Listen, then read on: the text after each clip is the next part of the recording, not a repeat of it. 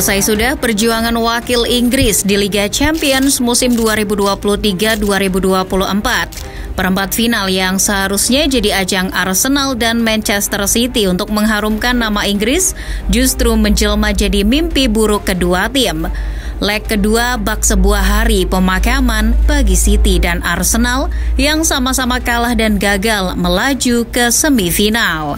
Arsenal asuhan Mikel Arteta yang mampu menahan imbang 2-2 Bayern Munchen di leg pertama harus puas dengan skor 1-0 di leg kedua. Nasib yang tak jauh berbeda pun dialami oleh sang juara bertahan Manchester City. Setelah memaksakan hasil imbang di Santiago Bernabeu, skuad asuhan Pep Guardiola harus puas kalah dari Real Madrid melalui skema adu penalti di Etihad Stadium. Momen ini pun menghasilkan catatan menarik yang patut kita simak. Tapi sebelum kita bahas satu persatu, kalian bisa subscribe dan nyalakan lonceng terlebih dahulu agar tak ketinggalan konten terbaru dari Starting 11 Story. Bayer Leverkusen yang baru saja mengamankan gelar Bundesliga seharusnya jadi bukti bahwa Bayern Munchen yang langganan juara selama 11 tahun berturut-turut sedang tidak baik-baik saja. Praktis, Liga Champions jadi satu-satunya trofi yang masih masuk di akal bagi skuad racikan Thomas Tuchel. Itu pun hampir lepas saat mereka menghadapi kiamat kecil di Stadio Olimpico. The Bavarian takluk 0-1 dari Lazio yang menampilkan permainan biasa-biasa saja, bahkan cenderung membosankan di babak 16 besar. Syukurnya mereka bisa bangkit di leg kedua dengan menang 3-0 di Allianz Arena.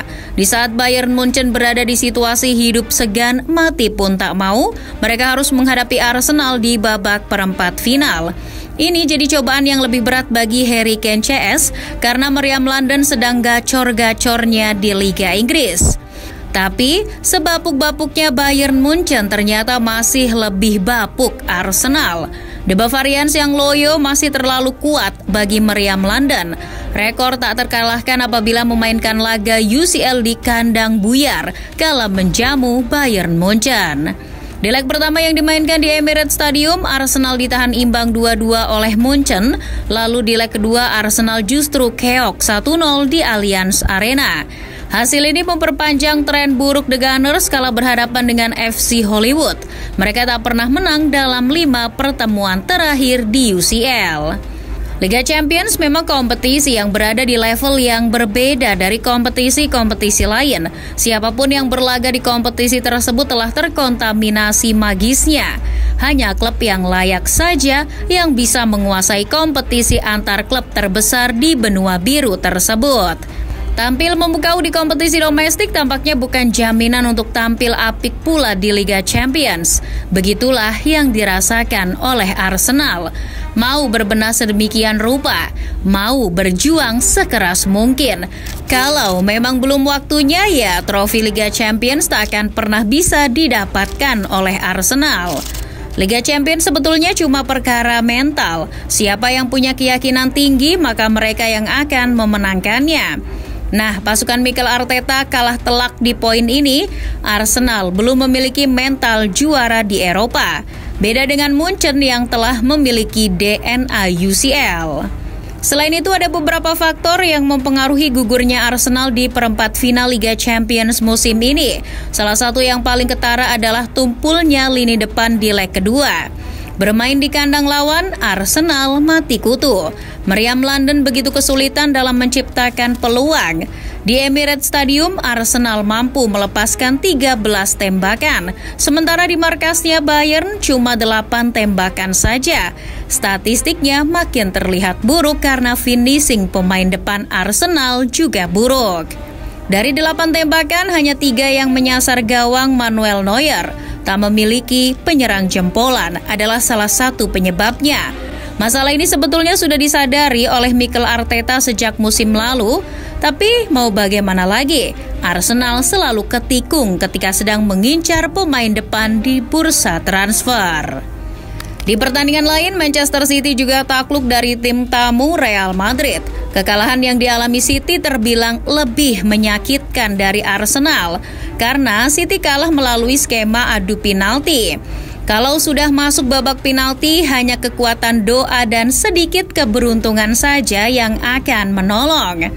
Sialnya, Dewi Fortuna justru berpihak pada tim tamu. Ini jadi kemenangan perdana Real Madrid di Etihad Stadium.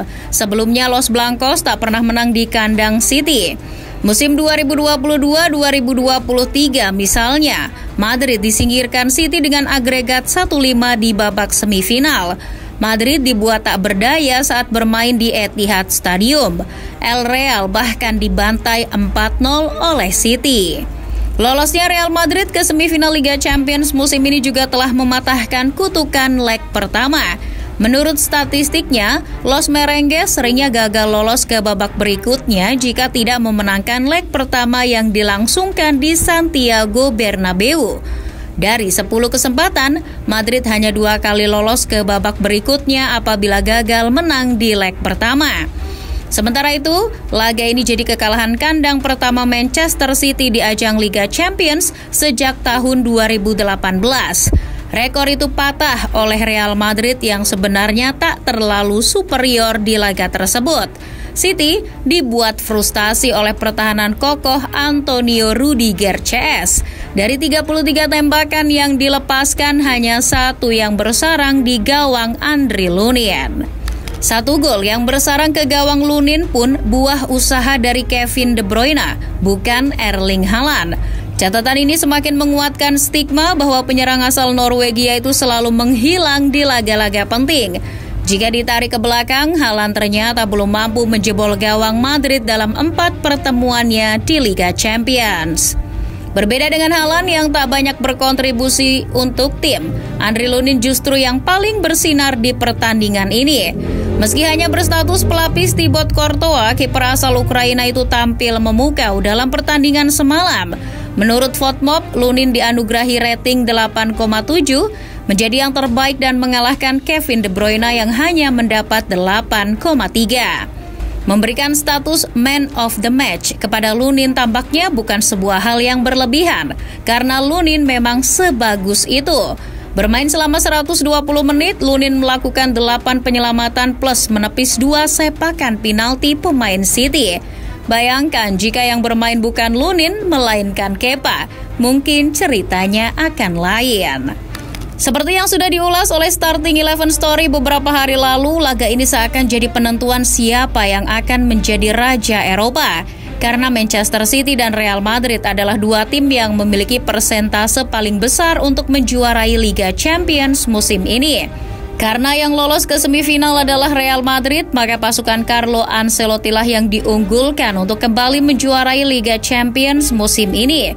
Bukan suatu hal yang aneh apabila Madrid kembali diunggulkan, karena UCL seakan tercipta untuk El Real. Dan begitu pun sebaliknya. Keduanya seperti memiliki hubungan spesial yang tak bisa dideskripsikan dengan kata-kata. Real Madrid juga kian berpeluang meraih gelar UCL ke-15. Menurut catatannya, Real Madrid asuhan Carlo Ancelotti selalu mengakhiri musim dengan gelar juara Liga Champions apabila sudah mengalahkan tim asuhan Pep Guardiola di fase gugur.